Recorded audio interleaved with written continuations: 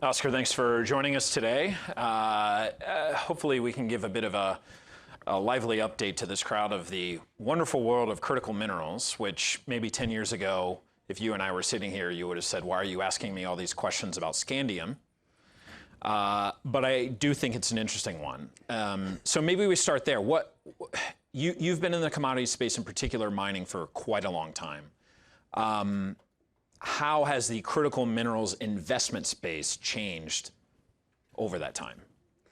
I guess the main thing to start out with is that a lot of these critical minerals are not really big volume products.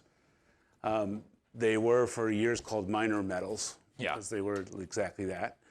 But the world has moved their definition from minor to critical, which is, helpful for people in the space like myself. I've always thought they were critical, but who am I to say?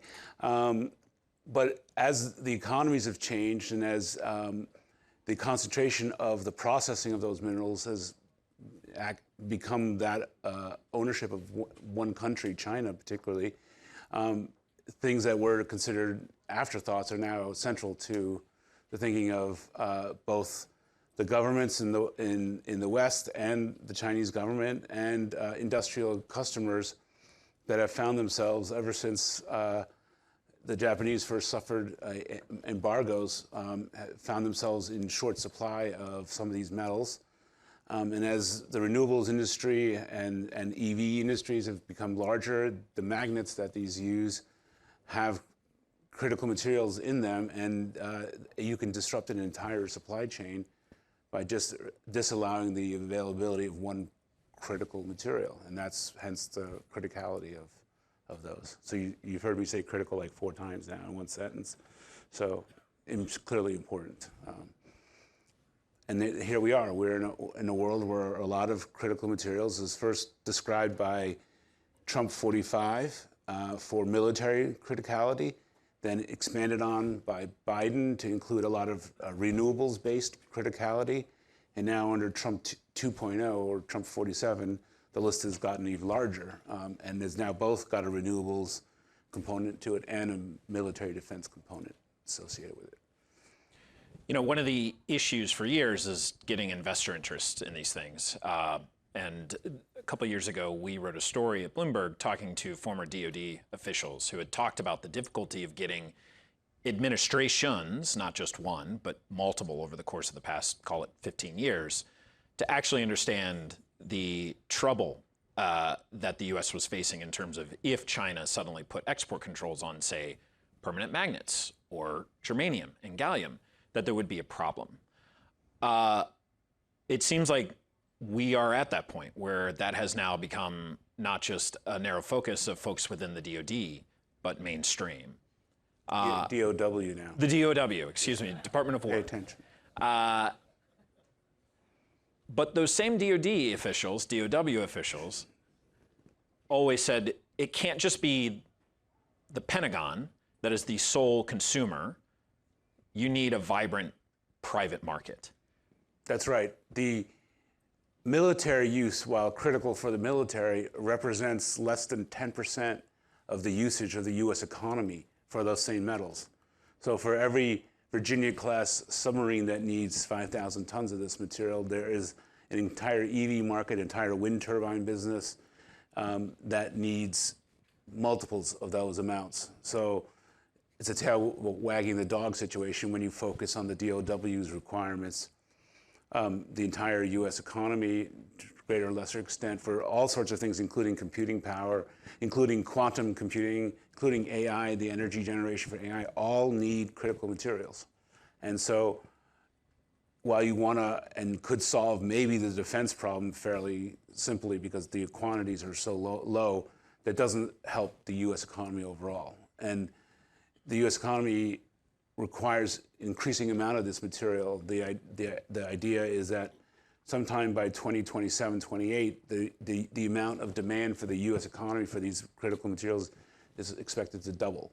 So we're not just behind, we're also going to be increasingly behind if we don't do something about it. Which kind of leads us to the question of, We have the government starting to get involved, actively involved. They took a stake in Intel, the chip producer. They have taken stakes in MP Materials, the lone U.S. rare earth producer. We had an announcement yesterday that Trilogy Metals, which, if you've heard of Trilogy Metals, congratulations, you're probably one of 10 people who have heard of this, was just basically told to build a road that had not been allowed to allow for infrastructure to start building out copper, cobalt, and whatnot. Is there incentive for investors to start to become part of these public-private partnerships? Absolutely. I believe that what you're seeing with copper prices, what you're seeing with even with gold prices these days, and silver prices, is an indication that at least the world is starting to appreciate hard rocks and the minor metals and critical materials that are embedded in there. They realize that the opportunity for returns is there and sufficient. The question will be that the rocks are where they are, right? They've been there for 350 million years or so. They're not moving. And if that country is not the United States, it's an emerging market country, it's Africa or some parts of South America, there's a geopolitical calculus that has to be considered as well as the just pure mathematical returns that are available. And that's where the partnership between a private sector and the government becomes really important. I think you need both people, or both government and private partners working together to make the particularly emerging markets system flow.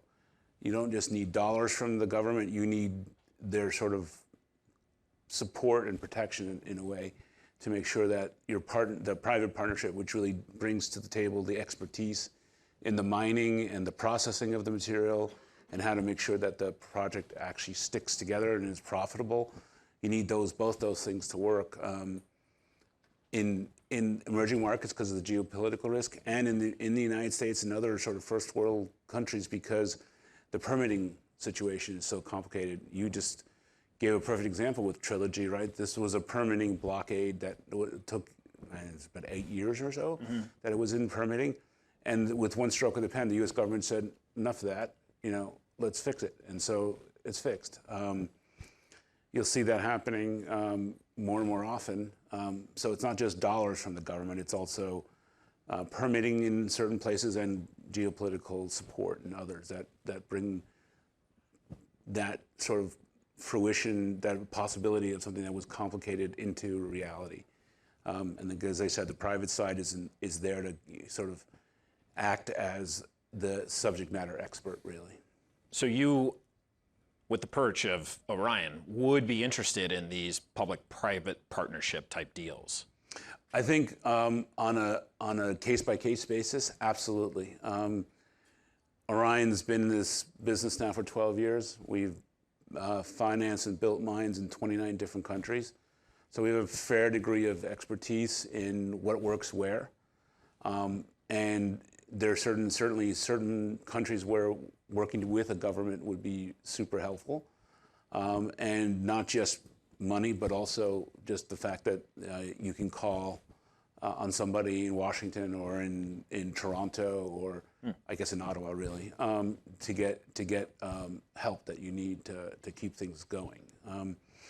And everybody wins in that scenario. The governments and the industries domestically get raw material supply that they need. The emerging market or other country gets jobs, gets tax revenue. And if done properly, which Orion always seeks to do, it can be environmentally beneficial in the long term because you're displacing fossil fuel, which just needs to be burnt and reburnt with something that's a one-off environmental charge and then recyclable in most cases. So, Bloomberg News last month reported that Orion was in talks with the government to create a $5 billion fund that would be able to deploy money in the critical minerals space. Is that something you can confirm to us here? I wish I could, but I'm not going to. So, no, we're definitely in discussions with the U.S. government and other governments about building a partnership to do exactly what we just said. And conversations are progressing and we're marching forward. With governments, you get to move at the speed of bureaucracy, not at the speed of business. So it's always a little bit more challenging. But I think the goodwill is there to make something happen. How do you think these public-private partnerships should be shaped?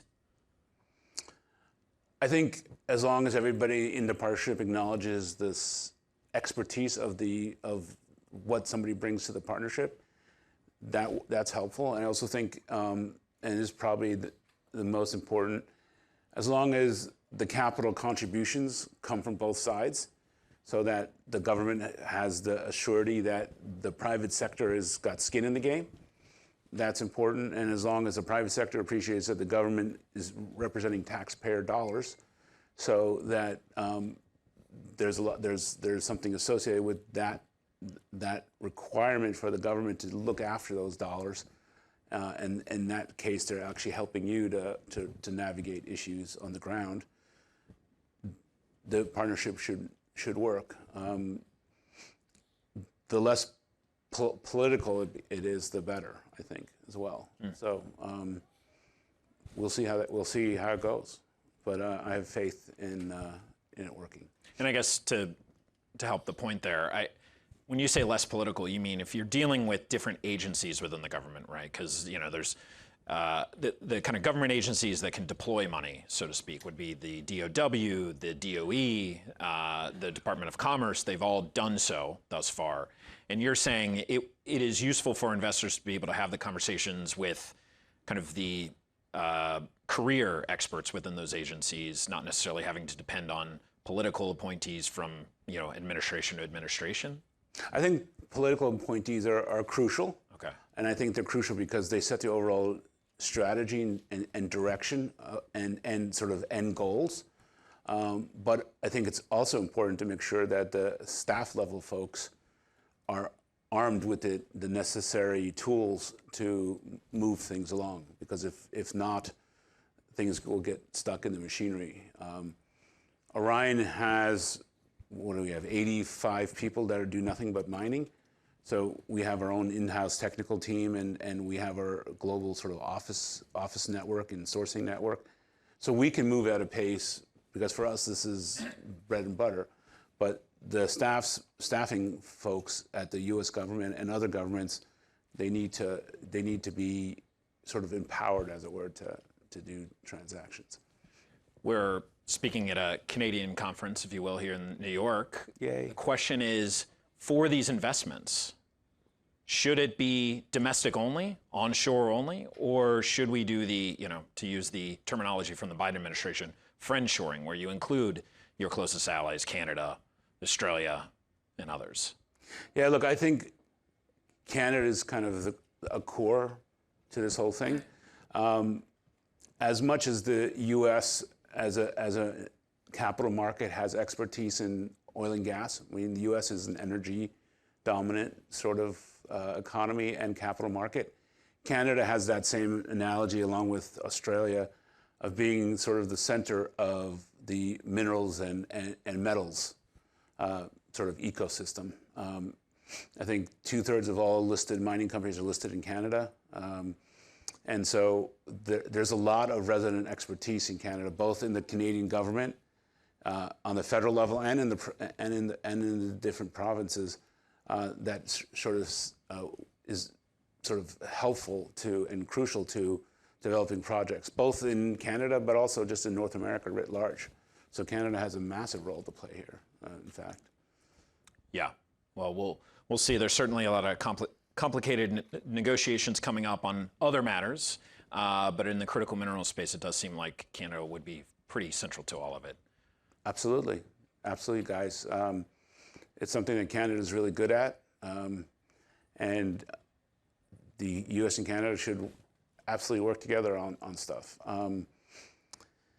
I think, again, the supply chain is a complicated animal. There's the mining, there's the processing, there's the end stage for forging, shaping.